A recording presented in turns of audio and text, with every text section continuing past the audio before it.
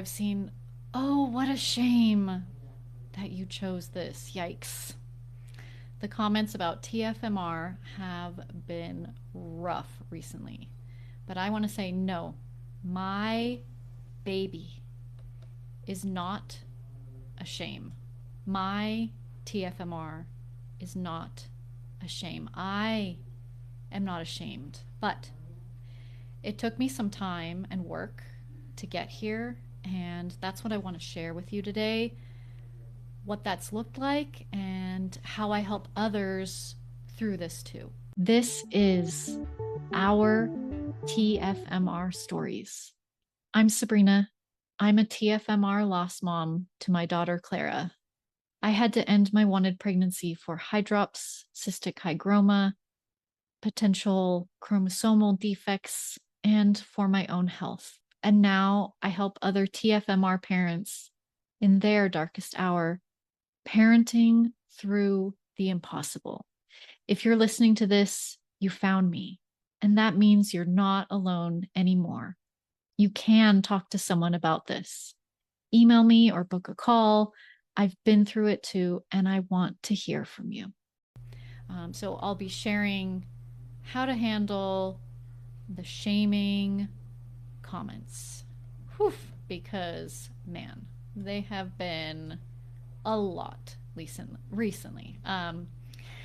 So I was talking with a client recently, and she asked me, how do you handle these comments? How do you handle the shaming comments? And I answered her, and this is something that I want to share with all of you here too.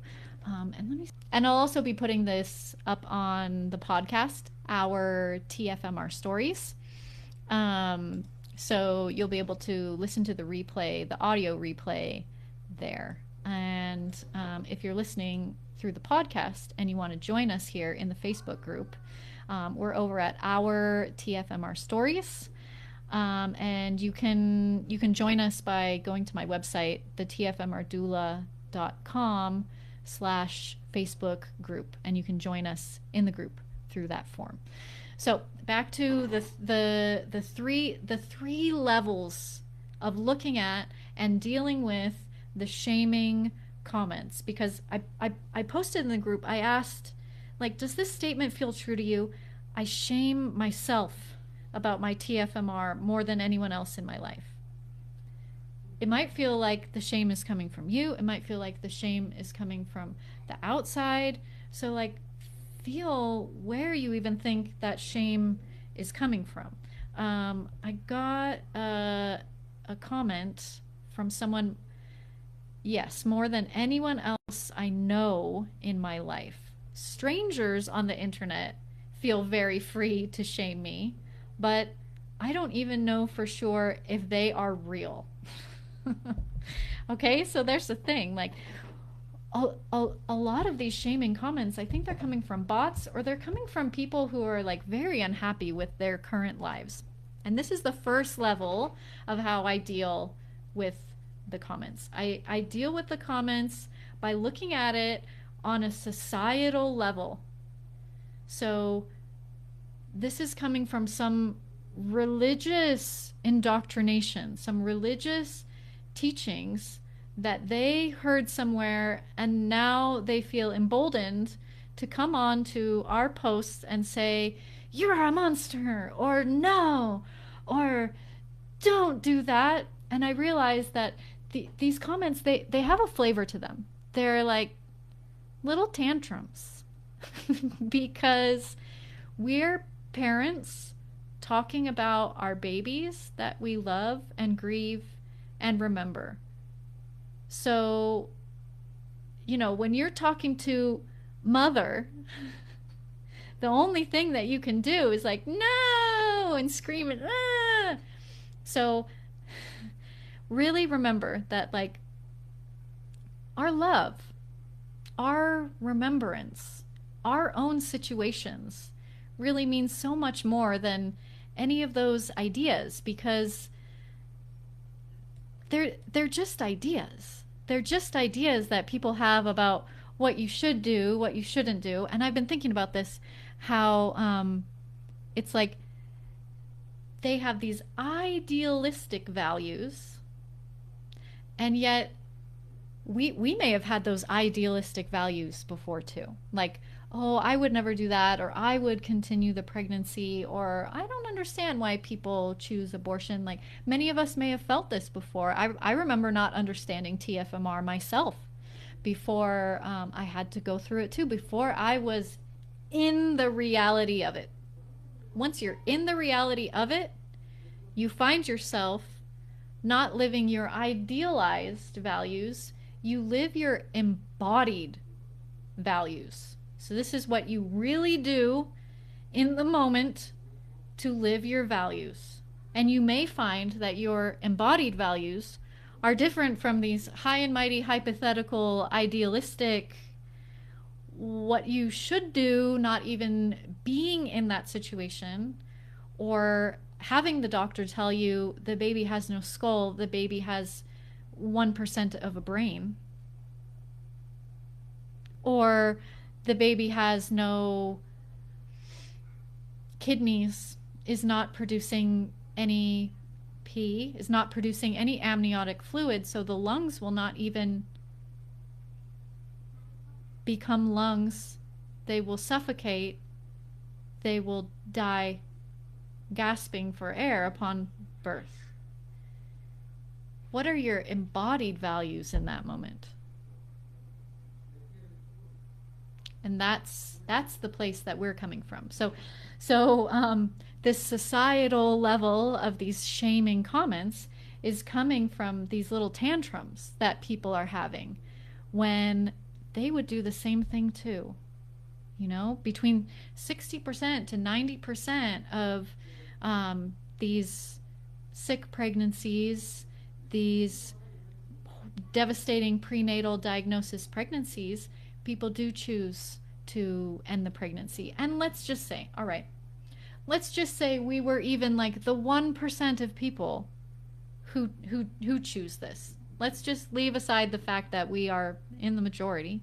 Let's leave that aside and say that, all right, it doesn't happen that often, which it does. But let's just say we were the 1%. We're still living our embodied values, finding out the information that we have and making the decision that we did, and choosing what we did. And then these shaming comments. So I think back to, you know, like, where in society is this even coming from? And that's helped me a lot to see them as what they are, not a truly accurate judgment, or not a truly accurate shaming of me, of who I am, but a tantrum from these people. I also want to mention Giselle Pellicot and what happened to her in France. So you may know about her case. It got very famous because she decided to go very public after she was raped by, I don't know, dozens, was it like 70 men through her own husband, setting it all up. And then the trial, she went public on the trial. She has since written a book, and this is also what she has gone on to go and speak on and talk about, this fact that shame must change sides. And oh, this feels like very fitting for our situation too, because you're coming into my grief and honoring and healing community and my TFMR story comments, and you're having a little hate rage tantrum. Honestly, the shame needs to change sides. This is the second part, the subtitle of her book title. Shame must change sides. Honestly, I see more shame in those comments and those people who are coming and having their little hissy fit on our like pregnancy loss stories. So that is one way that I have been working with the shaming comments. The other two are more inner. So there's like the societal level, and then the second level is this personal level. The third level is even more personal. It's interpersonal, but I'll get to that. So so the second level is this personal level, going back to my story, my inner feelings. And this can be hard, right? Because you know, we've been talking about this in the group. I've been asking you questions about shame and how you feel it shows up for you. Here's another one from another member. I truly am my own worst enemy. I have genuine compassion for others, but can't always find it for myself. I was in my late 30s, so time wasn't on my side for my husband and I to have our final child. 4 years and 5 miscarriages, between 8 and 12 weeks, 4 surgeries, 1 natural loss at home. Then finally I fell pregnant with my T21 little boy and made it to 20 weeks plus. The voices of others theoretically play in my head. If you so desperately wanted another baby, then why did you choose not to carry on the pregnancy? If you were that desperate and tried for years, you'd have taken any baby, disability or not. And I've fallen pregnant in the last 2 years since. And the voice in my head tells me it's punishment and a consequence of my actions, when in reality, I'm now 46 years old. So the shame story and our like inner stories and our inner feelings come into play so much after TFMR. It's that layer that I was just talking about, the like outer judgy, and also just remember that like they're a small percentage. Most people are kind or neutral on our situations, honestly. Like they really don't care. They're worried about like how they're going to pay rent, or how they're or you know, if their wife is going to have sex with them tonight. Like they're worried about other things. And you know, a lot of people have like live and let live, and like that sounds like a horrible situation. I'm sorry you went through that. Most people are like that. But this tiny fraction, they're very loud and they're very angry, and then they can get inside of us, and then that can turn into our own inner voice, right? Like, if you so desperately wanted this, or like I must have deserved this for something I did, that like inner shaming, that inner voice. I want to say that shame, it's this really, really hard one. It's so sneaky, it's hidey. So you may not even know that that's what you're feeling or experiencing as shame. Even the word itself, sometimes I'm like, ew, no, shame, no, that's not what I'm feeling. Like you hear the word shame and you're like, no, I don't feel that. So some of these symptoms of shame might feel like dark, amorphous, like you want to look away, you want to run away from this sensation. Like I feel it, like clenching in my heart. I don't know if you felt this too, or if it shows up in a different way. Try and think of how it shows up for you. Or it might bring up other stories. Like shame is so storied. It's like heavy on the stories, like in this one.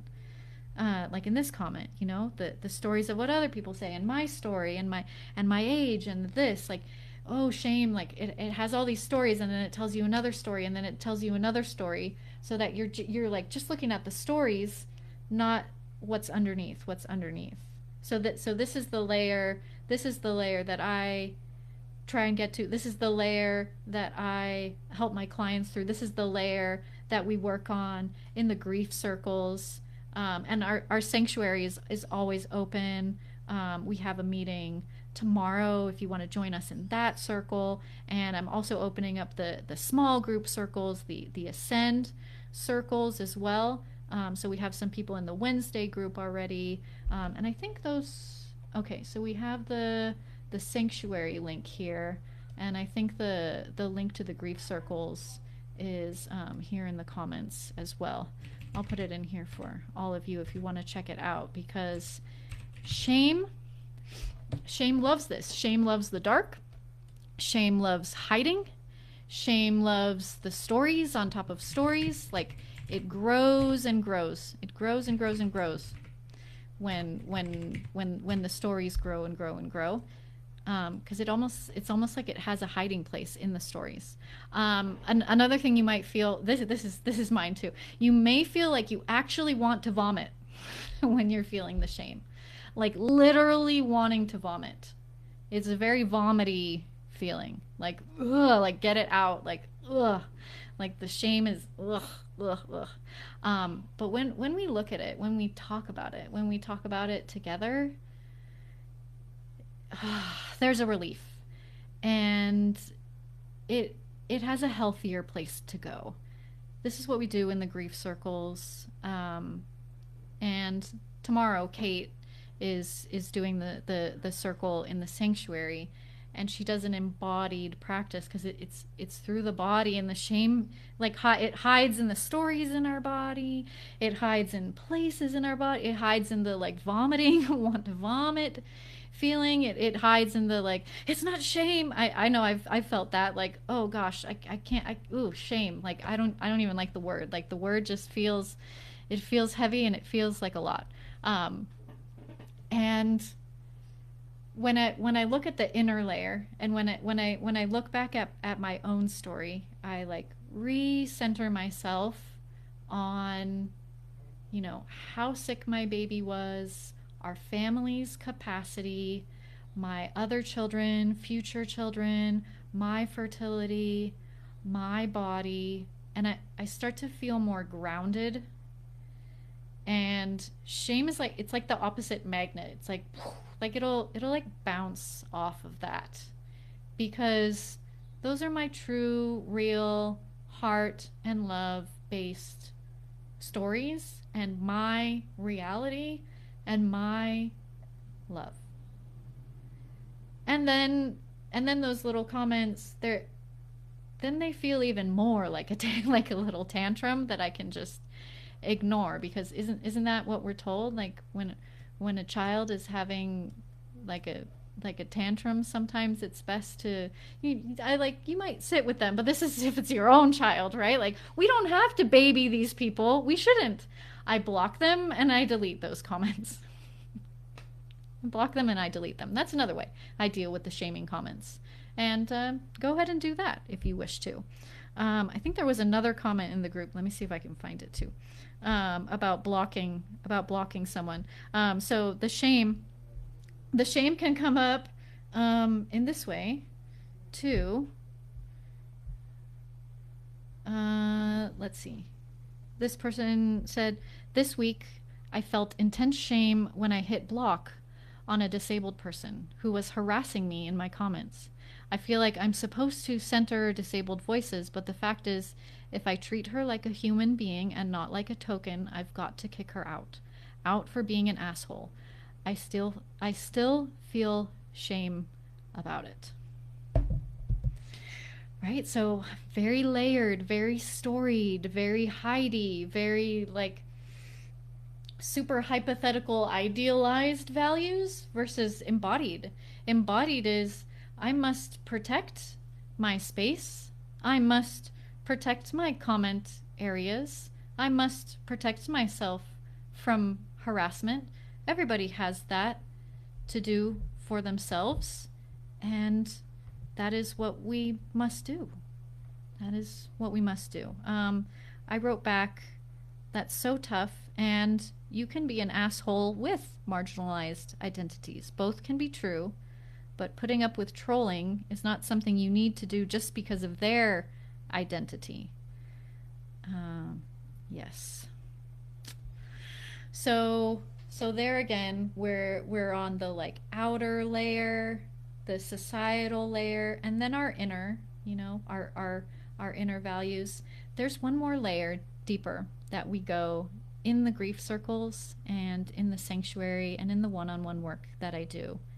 And I want to share this with you because I feel like this is the most profound of all, and this is the one that really gets me to my center as well, and helps me so much with the shaming comments. I connect directly with my baby, with this baby. On a soul level, on a remembrance level, on their essence level, on their spirit, wherever you believe your baby is, whether it's more of a how could I describe it? Like a scientific physics, matter is not created nor destroyed level, or if you have more religious or spiritual, some kind of afterlife, or the soul, or heaven, however you describe it. When I connect with my baby directly, all the noise, just noise. It's just noise. There's shaming noise, even my own inner noise. This is the one that calms my own inner shame the most. It's me and this baby. And my baby says, I love you. I've got you. You loved me through this. You still love me through this. Your baby says the same thing. It comes up again and again in the sanctuary. I do my monthly circle in the sanctuary is reading cards for us. So the babies speak through the cards and they share their messages with us. And they're this, like, you did your best. You did your absolute best. I'm so proud of you. I love you. When I connect on that level, it's like all those people can go and have their tantrums. I'm block and deleting. This is my baby. This is my relationship with my child, with their place in my family, and they cannot take that away from me. They can come and they can arrest me and they can throw me in prison, and I will always have that love and that connection with that baby. They can't take that from me. They can try with all these things that they're trying to do and all these shaming comments. They can try, but they don't. And that's the place where we are acting from through the TFMR, and then through our grief and connecting and honoring afterwards. That's the place. So we're like moving down the layers to get to the core, which is the baby. So through the societal noise, breaking through even the inner noise, down into the core, into this place with baby. I think I have some other notes here that I want to share from you. Oh, and another comment from someone on shame. So she shared, I'm thankful that in Canada, I think there is a bit less stigma because of our laws. Because of that, I turned the shame into advocacy. When I first started talking about our loss, I used the general pregnancy loss terminology for about the first month while I continued to grieve. About a month and a half after our loss, I shared a carousel post about TFMR and sharing that that was our kind of baby loss. This was the caption I included. This is one of the most painful things I've written, but the healing I will find will mend the hurt of putting it into words. If we hadn't lost our twin boys, I don't know if I'd still be here. With the U.S. presidential debate this evening and women's health and reproductive rights a large part of current politics, I couldn't keep this part of our story to myself. My story could be very different if I was living in many of the U.S. states. When we were given the fatal diagnosis for our twins, in the most compassionate and caring way by an amazing team, we were given the options of terminating the pregnancy or continuing the pregnancy. By trying to continue carrying our babies, I would be putting my life at risk and our babies would still not survive. There was a 0% chance of a different result. Faced with that choice, there is no choice.